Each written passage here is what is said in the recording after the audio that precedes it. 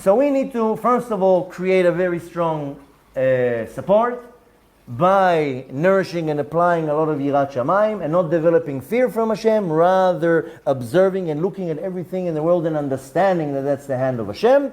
By that I develop my Yirat Shamayim, and the promise is that I will be protected. Very nice. Then I need to start preparing my support. How do I do that? Then I need to start separating the lie and the truth. That's a harder task. Some people, they're already on board, they see most of the truth. My personal opinion and observation that it's a fraction of people that see the entire truth, and the majority of the ones who call themselves awake and that they know the truth, they understand, they have the picture of it, but they really don't know the depth of how precise the truth is and how distorted the lie is. But don't worry, Hashem is going to reveal everything very close, very, very soon. So how do I start separating the truth, the sheker, the lie, the deceit, and the truth? Then I have to grab onto the master. Now let me explain to you. You're very well aware that Hashem has many, many names. I'm not talking about the 72 holy names. I'm talking about the 10 holy names that cannot be erased. Yud Kei Vav Kei, Aleph Daled Nun Yud, Shin Daled Yud, and so forth. One of the names of Hashem is called Ado and then Nai, right? That comes from the word Adon. Adon is a master, right? I have Elohim, that comes from the word Eloha, a god. Adon is a master. And we use that name of Hashem every day, because we say, Baruch Atah Adonai. Who is Adonai? Eloheinu melech haolam. He's the God, the King of the world. I explained that already. So there are different names of Hashem, and every name has a character to it, a certain aspect to it. So the name Adonai comes from the word Adon, which means master. I need to now attach myself to the name of Hashem that is called Adnut. Why? Because the Adnut, I'm attaching myself to the master. And like I told you, Adnut is, when we're saying Baruch Atah Ado, that's the name of Hashem. But when I focus, or when I'm holding myself onto this name, or I'll explain what I mean, then I'm attaching myself to the master.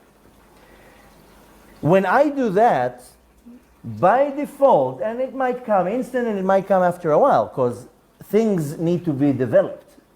The missing piece in the spiritual service to God that I found through the last 20 years in Judaism, and I've been to many yeshivot, I sat in many lectures, I learned many books and met thousands of people, and I came to the conclusion there are many pieces missing in the approach of learning Torah and living your life as a Torah observant individual.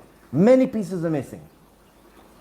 I'm assuming that some of them Mashiach will put, and we will figure it out. And I'm assuming that because we know that Mashiach, up until Mashiach comes, we cannot fulfill the mitzvot the right way. Only once Mashiach will come, we'll be able to fulfill the mitzvot the right way. Karawi. So I know that he will add a few pieces. But one of the missing pieces, when it comes to serving Hashem, is understanding how to apply, how would I call it, without falling in between the words, new styles, new systems, something new. You know what I mean? Because you were taught to live your religious life a certain way. And if you take a person from a religious background and you come and tell them something new that it's not in their box, they don't know how to accept it. What's the example to that? That for years many people led their life in a certain way, observing the Torah, and then came a new movement, starting from the Baal Shem Tov, a whole new movement. A different approach. The approach of the Hasidic philosophy, starting from the Baal Shem Tov. You think it was popular? Everybody went against it. Why? It was not familiar. When did we have another encounter like that? with Arizal a few 450 plus years ago. You think that and he came to a city of Kabbalah, but he came with a different way. No, it's not like the Ramak. No. So, one of the missing pieces that I'm talking about, Torah observant people are taught to stay in some box. So if you're Chabad, you're stuck in the Chabad box. If you're Breslev, you're stuck in the Breslev box. And if you're Litai, you're stuck in that box, which is causing us great separation.